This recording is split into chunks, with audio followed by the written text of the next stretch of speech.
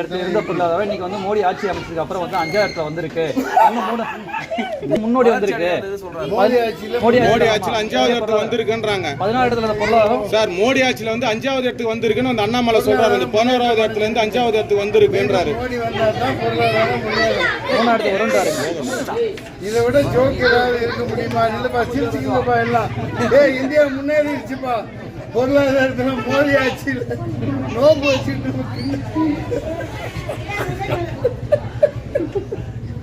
சிரிச்சுக்கங்கப்பா. இந்த நூற்றாண்டின் மிகப்பெரிய ஜோக்கே இதுதான்ப்பா. மோடி சார் அண்ணாமலை சொன்னதா? அண்ணாமலை சொல்றாரு பொருளாதாரம் முன்னேறிடுச்சாமா, வளர்ச்சி அடைஞ்சது இல்லைன்றீங்களா? இல்ல எப்படி இப்படி எல்லாம் பேசுறாங்கன்னு தெரியலையே. இதுக்கு தான் ஐபிஎஸ் படிச்சிருக்காரோ? ஏன்னா அகல பாதாளத்தில் இருக்கு 2 கோடி பேருக்கு வருஷத்துக்கு வேலை தரையினாங்களே, வேலை கொடுத்து அதில் முன்னேறிடுச்சா? அதாவது அவர் சொல்ல வர்றது அதானியோட பொருளாதாரம் முன்னேறிடுச்சு, அம்பானியோட பொருளாதாரம் முன்னேறிடுச்சு. பார்த்தீங்கன்னா தனி ஃப்ளைட்டில் ரஜினிகாந்த் குடும்பத்தை கூப்பிட்டு விடுறார். அந்த மாதிரி உலகம் முழுக்க தனித்தனி ஃப்ளைட் அனுப்புகிறார். இப்போ நான் ஃபோன் பண்ணியிருந்தா கூட எனக்கு ஒரு ஃப்ளைட் வந்திருக்கும். அங்கே 100 கோடி 200 கோடி லட்சம் கோடிக்கு செலவழிச்சு கல்யாணம் யாரு? அம்பானி. அதனால அவங்க பொருளாதாரம் முன்னேறி இருக்கு.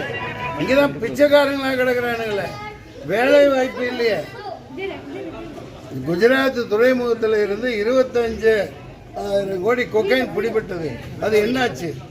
இன்னைக்கு தமிழ்நாட்டில் எங்கே ஏதாவது ஹோட்டலில் தங்கினா அறையில் போய் பார்த்தா அந்த கூலிப் அது என்ன தலையணையா எல்லாம் கீழே கிடக்குது. அதாவது நாசமாக போங்கடான்ட்டு எல்லாம் துறைமுகத்தை அவுத்து விட்டாச்சு. இல்லை துறைமுக தனியார் இத்தனை 75 வருஷம் சுதந்திரத்துக்கு அப்புறம் துறைமுகம் ஏர்போர்ட்டு எல்லாத்தையும் அவங்க தனியார் கொடுத்துருந்தாங்க. அவன் என்ன கடத்திட்டு வரான்னு தெரியல. இன்னைக்கு தங்கம் இவ்வளோ 50,000 ரூபா ஆகுதுன்னா அதுக்கு காரணம் இவரு மோடி. ஏன்னா இஷ்டத்துக்கு கடத்திட்டு வர்றாங்க. செக்கிங் கிடையாது, செக்கிங் ஒன்றும் இல்லை. இஷ்டத்துக்கு கொண்டாந்து ட்ரக்ஸை இறக்கி விட்டு போ வித்துக்க பொழைச்சிக்க, அதான் வேலை வாய்ப்பு. அப்படி இருக்கையில பொருளாதாரத்தில் என்ன வெங்காயம் முன்னேறி இருக்குது. நான் அவருக்கு சவால் வர்றேன். அவர் படித்தவர் தானே, ஐபிஎஸ் படித்தவர் தானே. வா டிபேட்டா, மக்கள் முன்னாடி ஒரு டிபேட் வை. நீ இவை மக்கள் யாருக்கு கைதட்டுறாங்க இங்கே உண்மைன்னு பார்த்துக்கலாம். பொருளாதாரத்தில் எப்படி முன்னேறின்னு பார்த்துக்கலாம். ஏண்டா தூக்கி தூக்கி எல்லாம் அவ்வளோ கொடுத்துட்டு அம்பானி அதானி பொண்டாட்டிக்கு இடுப்புக்கு கீழே குனிகிற என்ன மாதிரி ராஜதானியில் எப்படி ஆண்டவங்க அவங்க? எத்தனை பேர் முகல்ஸ் எல்லாம் ஒரு பிரதமர்னா ஒரு மரியாதை வேணாமா? இடுப்புக்கு கீழே குனிஞ்சு ஓட்டு கேட்டு நாடகம் போடுற நாடக தேர்தல் நடத்துகிறாங்க. இவங்களை 2ல் 1 பார்க்கத்தானே வந்திருக்கிறேன். இதெல்லாம் பைத்தியக்காரத்தனம். அவர் எதுக்கு முதல்ல தேர்தலில் போட்டி போடணும்? ஏன் நிர்மலா சீதாராமன் போட்டி போடலையா? அவங்கள்ட்ட காசு இல்லையாமா? அவங்க நோகாமல் நொங்கொடுத்து எலெக்ஷனில் நிற்க மாட்டாங்க. இந்த ஜெய்சங்கர் பெரிய பெரிய பதவியில் இருப்பாங்க. அப்படியே ஏமாற்றிட்டு போய் உட்காந்துக்கிட்டு நம்மளை போட்டு குடுமையை பிடிச்சி ஆட்டுவாங்க. பைத்தியக்காரத்தனம். வேலை வாய்ப்பு இல்லாமல் சாவறான் எல்லாம் திருடுறான்னா எதனால திருடுறான்? வேலை வாய்ப்பு எங்கே எங்கே வேலை வாய்ப்பு? இதில் முன்னேறி இருக்குது பொருளாதாரம். பிச்சைக்காரனா சுற்றிட்டு இருக்கான். எங்கே பார்த்தாலும் கஞ்சா, எங்கே பார்த்தாலும் குடி. எதில் முன்னேற்றிருக்க? நார்த் இந்தியாவில் எதில் முன்னேற்றிருக்க? 20 வருஷமாக கரண்ட் இல்லாமல் கிடக்கு பல கிராமங்கள். ஊபியில், உத்தரப்பிரதேசத்தில் நீட்டை தூக்குனீங்களா? 1 2 சொல்லிகிட்டே போகிறதுக்கு பைத்தியக்காரத்தனம். அண்ணாமலையை போல ஒரு ஒரு என்ன சொல்கிறது, ஒரு உருட்டு மனுஷனை நான் உலகத்தில் யாருமே பார்த்ததில்லை. அதனால் இந்த தொகுதியில் நான் நிற்கிறேன். புரியுதா? என்னோட இதையும் சொல்லிக்கிறேன், எழுதிக்கங்க. இந்திய ஜனநாயக புலிகள் சார்பாக பிரதமர் வேட்பாளராக நான் எவரும் முன்மொழிஞ்சாலும் சரி இல்லாட்டியும் சரி ராகுல் காந்தியை முன்மொழிகிறேன் அல்லது பிரியங்கா காந்தியை முன்மொழிகிறேன். தைரியமாக சொல்கிறேன். இந்தியா கூட்டணி 38 எல்லாத்துலேயும் ஜெயிக்கிட்டோம். இந்த தொகுதியில் நான் தான் ஜெயிப்பேன். பல கருத்து வேறுபாடுகள் இருந்தாலும் அது வேறு. இப்போ நான் டிக்ளேர் பண்ணிட்டேன். நாளைக்கு சின்னம் கிடைக்கும், வந்தவுடனே மக்கள்கிட்ட கொண்டு போய் சேர்ப்பேன். வேறு என்ன உங்களுக்கு சந்தேகம் இருக்கட்டுங்க?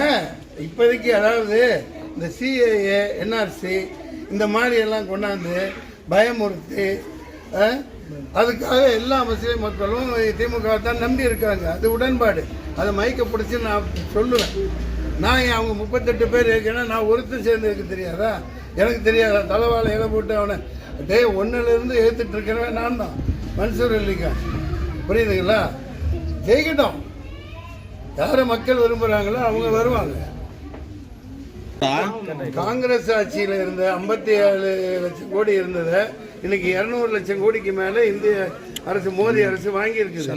அந்த பக்கம் அப்படி கடன் வாங்குது. மக்கள்கிட்ட வரி வரி வரி வரின்னு போட்டு சாவடிச்சு எல்லாத்தையும் பிடிங்கிட்டு விட்டோம். ஒண்ணுமே இல்லை. இதை நாங்கள் இந்த அஜய் இப்போ பயன் சொன்னாங்க 3/4 மணி நேரம். நான் உண்மையை சொல்லணும். அதாவது ஜக்காத் கொடுக்கறத பற்றி சொன்னாங்க. இந்த மத்திய அரசு, மோடி அரசு எல்லா ஜக்காத்தையும் பிடிங்கிறான். ஒரு ஜக்காத்து 2 ஜக்காத்து சட்டியில் இருக்கிற கோடு வரைக்கும் பிடிங்கிட்டான். வரி குதிரையில் அதிகமாக வரி இருக்கோ இல்லையோ, ஆனால் ஜிஎஸ்டியை வரின்னு போட்டு ஜக்காத்து கொடுக்கவே கூட வசதி எல்லாம் பண்ணிட்டான். நீ எதுக்குடா ஜக்காத்து கொடுக்குற, எல்லாத்தையும் எனக்கு கொடுறான், கொண்டு போய் அதானி கம்பெனி. கடைசி பார்த்தா அதானி அவரோட பினாமியா. அதை சொன்னனால தான் கெஜ்ரிவால் 2 ஸ்டேட்டை நடத்துகிற ஒரு சிஎம் தூக்கி உள்ளே போட்டிருக்காங்க. நான் வரி வரியாக விளாசுவேன். இப்போதைக்கு திமுக பல பிரச்சனை எது இருந்தாலும் சரி, 38 தொகுதியில் அவங்க வரட்டும், வருவாங்க. நான் இந்த தொகுதியில் நின்று ஓட்டு கேட்டு வாங்கி வருவேன். நான் மொத்த ஓட்டு முத்தையா வாங்கிக்கிறேன்.